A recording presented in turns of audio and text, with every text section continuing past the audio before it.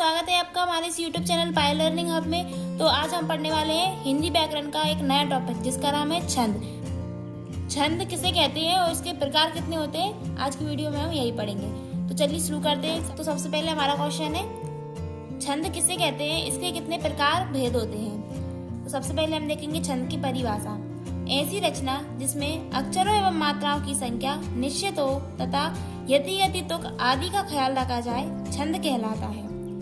इसका मतलब क्या है, कोई एक ऐसी रचना जिसमें अक्षरों और मात्राओं की संख्या निश्चित हो, मतलब उसमें निश्चित होता है कि अक्षरों की संख्या इतनी रहेगी और उसमें मात्राओं की संख्या इतनी रहेगी तथा यति गति और तुक का ख्याल रखा जाए, वह छंद कहलाता है। छंद के प्रकार कितने होते हैं? छंद के दो प्रकार होते हैं। पहला होता है हमारा मात्रिक छंद और दूसरा होता है वर्णिक छंद।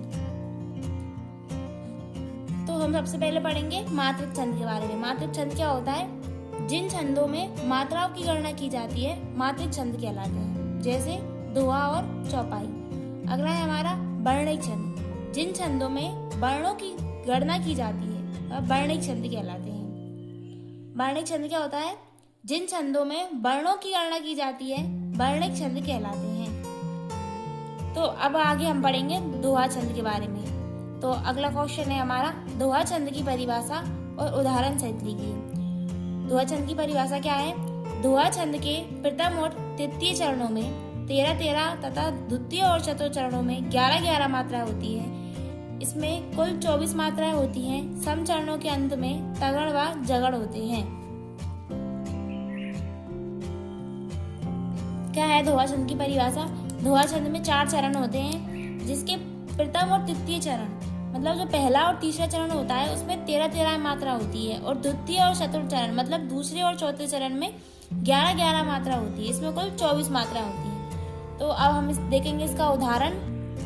दोहा छंद का उदाहरण है, कनक कनक ते 100 गुनी, मादकता अधिकाय, या खाए बोराय, नर बा पाए बोराय। तो ये हो गया हमारा दोहा छंद का उदाहरण। अब हम इसमें मात्राएं देखेंगे, मात्राएं गिनेंगे। इसकी मात्रा कैसे गिनते हैं? इसमें कनक मतलब इसमें का एक सिंगल वर्ड है, सिंगल वर्ड माला का वर्ड है, इसलिए का की एक मात्रा आई है, मतलब इसको बोलते हैं हम लघु। ये जो हमारा एक डंडा होता है इसे बोलते हैं लघु। तो का एक सिंगल वर्ड माला का अक्षर है, इसलिए इसकी एक मात्रा, ना की भी एक मात्रा और का की भी एक मात्रा। कनक तो इसकी 3 मात्रा हो गई। तो सेम कनक ये है तो इसकी भी 3 मात्राएं हो गई। तई इस पे मतलब जो तराजू है उसका एक मात्रा इसकी है, और इसके बाद इसके ऊपर 2 मात्रा चढ़ रही है तो उसका एक उसका हो गया। तो ये हो गया एक गुरु। तो लघु लघु गुरु सो, मतलब सा की एक मात्रा और इस पे जो ओ की मात्रा चढ़ी हुई है उसकी 2 मात्रा, तो ये हो गया गुरु। आगे है गुनी, मतलब ये गगमला का जो है उसकी एक मात्रा, छोटा ऊ की मात्रा है। इसमें गगमला की एक डंडा मतलब कि एक इसका लघु, और इस पे छोटे ऊ की मात्रा है तो उसकी छोटे ऊ की मात्रा की कोई कुछ नहीं होता, मतलब उसका एक ही आएगा, और ना पे बड़ी की मात्रा है तो इसका हो जाएगा 2, मतलब इसका गुरु हो जाएगा। तो ये हो गया हमारा प्रथम चरण। प्रथम चरण में कितनी मात्रा होती है? 13-13। तो हम गिनते हैं 1 2 3 4 5 6 7 8 9 10 11 12 13। तो हमारे प्रथम चरण में 13 मात्रा है।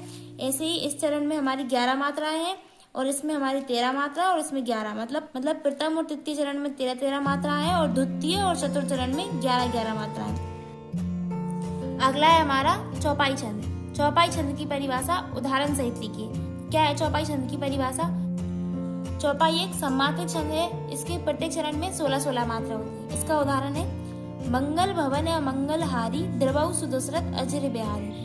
इसमें आप देख सकते हैं प्रत्येक चरण में 16-16 मात्रा है। इसमें प्रथम चरण में भी 16 मात्रा है और दूसरे चरण में भी 16 मात्रा है। तो अगला क्वेश्चन है हमारा सोटा। सोटा की परिभाषा उदाहरण सहित लिखिए। तो सोटा की परिभाषा क्या है? सोटा एक अर्ध सम्मात्रिक छंद है। इसमें 4 चरण होते हैं। पहले और तीसरे चरण में 11-11 मात्रा होती है, और दूसरे और चौथे चरण में 13-13 मात्रा होती है। इसके पहले और तीसरे चरण के अंत में लघु और गुरु होते हैं। यह एक अर्ध सम्मात्रिक छंद है। तो इसका उदाहरण क्या है? बंदौ गुरु पद कंज, कृपा सिंधु नर रूप हरि, महामोह तब पुंज, जासु वचन रविकर निकर। तो इसमें 4 चरण होते हैं। इसमें पहले और तीसरे चरण में 11-11 मात्राएं हैं और दूसरे और चौथे चरण में 13-13 मात्राएं हैं। तो अगला है हमारा सवैया छंद। सवैया छंद की परिभाषा उदाहरण सहित लिखिए। क्या है सवैया छंद की परिभाषा? यह एक वर्णिक छंद है। इसमें 4 चरण होते हैं। प्रत्येक चरण में 22 से लेके 26 वर्ण होते हैं। इसका मतलब है सवैया एक वर्णिक छंद है, मतलब इसमें वर्ण होते हैं। इसमें 4 चरण होते हैं। इसमें 4 चरण होंगे और प्रत्येक चरण में 22 से लेके 26 तक वर्ण होते हैं। मतलब इसमें मात्राएं नहीं गिनी जाती, ज्यादातर इसमें वर्ण देके जाते हैं। इसमें कितने वर्ण होते हैं? तो इसमें 22 से लेके 26 तक वर्ण होते हैं। इसका उदाहरण है शेष महेश गणेश दिनेश सुरेश जाहि निरंतर ध्यावे, जाहि अनादि अखंड अछेद अवेद बतावे, नारद से सुख व्यास रहे पचिहारे तऊ पुनि पार न पावे, ताहि अहिर की छोरिया छचिया भरी छाछ पर नाच नचावे। तो ये हो गया हमारा सवैया छंद। अब अगला देखते हैं। अगला है हमारा मतंगयन सवैया। मतंगयन सवैया की परिभाषा उदाहरण सहित लिखिए। क्या है मतंगयन सवैया की परिभाषा?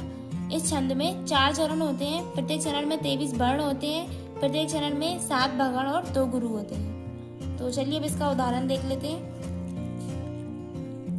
इसका उदाहरण है दूल्हा श्री रघुनाथ बने दुल्ही सिय सुंदर मंदिर माही, गावती गीत सवै मिल सुंदरी बेत जुआ जुर विप्र पढ़ाई, राम को रूप निहारती जानकी कंगन के नग की परछाई, याते सब सुध भूल गई कर टेकी रही पर टारत नहीं। तो ये हो गया हमारा मतंगयन सवैया का उदाहरण। चलिए आगे बढ़ते हैं। अगला है हमारा दुर्मिल सवैया। दुर्मिल सवैया छंद की परिभाषा उदाहरण सहित लिखिए। तो क्या है इसकी परिभाषा? इसकी परिभाषा है इस सवैया में 4 चरण होते हैं। प्रत्येक चरण में 24 वर्ण होते हैं। प्रत्येक चरण में 8 सगण होते हैं और लघु और गुरु होते हैं। तो इसका उदाहरण क्या है? इसका उदाहरण है जब राम कहा मुख से तब ही अत कोटि विनाश हुआ सिर से, नाही ज्ञात कहा कब जीवन में मुख मोड़ चले तन मंदिर से, हरि नाम जपो प्रभु नाम रटो अभी राम सुधा रस पी फिर से, यह देह विदेह कहे तुझसे प्रभु नाम सदा मुख से निकसे। तो ये हो गया हमारा दुर्मिल सवैया। अब हम अगला देखते हैं। अगला क्या है हमारा? मुक्तक छंद। मुक्तक छंद किसे कहते हैं? ऐसे छंद जिनमें तुक नहीं होती परंतु लय होती है मुक्तक छंद कहलाते हैं। इनमें ना तो वर्णों की संख्या का प्रश्न है और ना ही मात्रा का विधान।